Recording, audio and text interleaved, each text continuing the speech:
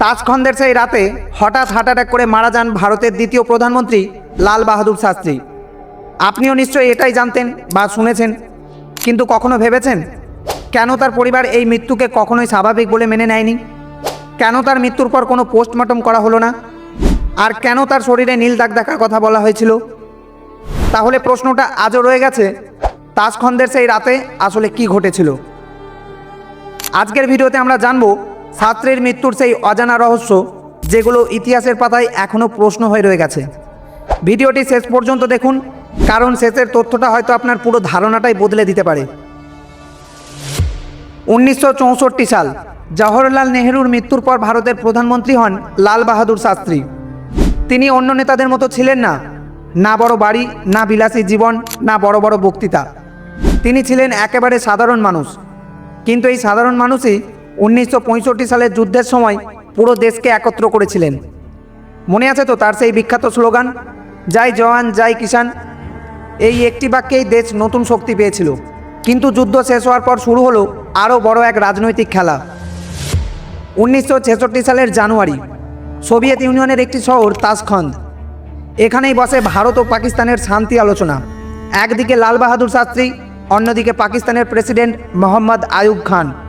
আলোচনা ছিল খুবই কঠিন, কারণ যুদ্ধের ক্ষত তখনও তাজা।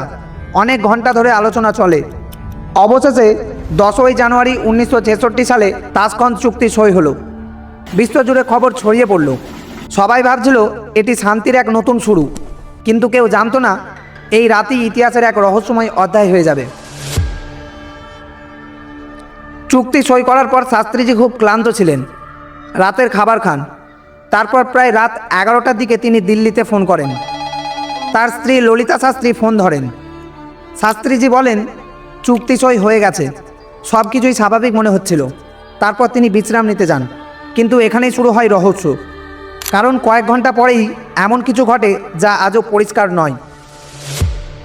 রাত প্রায় 1টা, হঠাৎ শাস্ত্রীজি তার ঘর থেকে বেরিয়ে আসেন। তিনি বুকের ব্যথায় কষ্ট পাচ্ছিলেন। তিনি জল চান। কয়েক মিনিটের মধ্যে পরিস্থিতি আরও খারাপ হয়ে যায়। ডাক্তার ডাকা হয়, কিন্তু সব কিছু ঘটে এত দ্রুত যে ডাক্তাররা কিছুই করতে পারেননি। কিছুক্ষণের মধ্যেই ঘোষণা করা হয় ভারতের প্রধানমন্ত্রী আর নেই। সরকারি কারণ হিসেবে বলা হয় হার্ট অ্যাটাক। কিন্তু এখানেই গল্পটা শেষ নয়। আসলে এখান থেকেই রহস্য শুরু। পরদিন যখন শাস্ত্রীর দেহ ভারতে আনা হয়, তার পরিবার কিছু অদ্ভুত বিষয় লক্ষ্য করে। তার স্ত্রী পরে দাবি করেন শাস্ত্রীর শরীরে নাকি নীলচে দাগ ছিল, আর তার মুখে ফেনার মতো কিছু দেখা গিয়েছিল। এগুলো সাধারণ হার্ট অ্যাটাকের লক্ষণ নয়। তখন প্রশ্ন উঠল, তাহলে কি তাকে বিষ দেওয়া হয়েছিল? কিন্তু ঠিক তখনই আরেকটি বিষয় সামনে আসে, যা এই রহস্যকে আরও গভীর করে দেয়।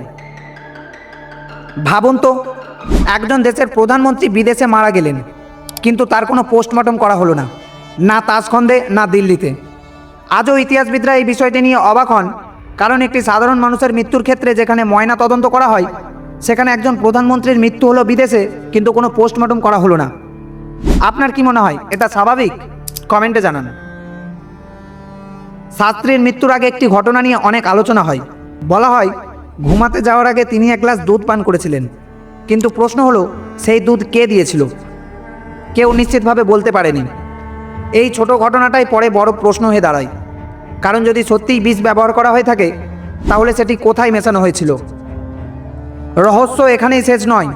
কিছু রিপোর্ট অনুযায়ী শাস্ত্রীর ব্যক্তিগত সহকারী এবং কিছু সাক্ষী পরে রহস্যজনকভাবে মারা যান। এতে অনেকের সন্দেহ আরও বেড়ে যায়। আরও একটি বিষয়, তাজখন্দের সেই রাতের অনেক সরকারি নথি আজও পুরোপুরি প্রকাশ করা হয়নি। কিন্তু কেন? কিছু ইতিহাসবিদ মনে করেন সেই নথিগুলো প্রকাশ করা হলে হয়তো নতুন কোনো প্রশ্ন তৈরি হবে।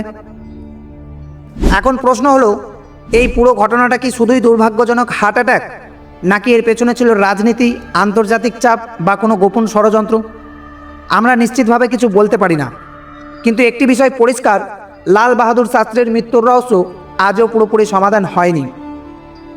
ইতিহাসে কিছু মৃত্যু আছে যেগুলো শুধু মৃত্যু নয়, সেগুলো হয়ে ওঠে প্রশ্ন।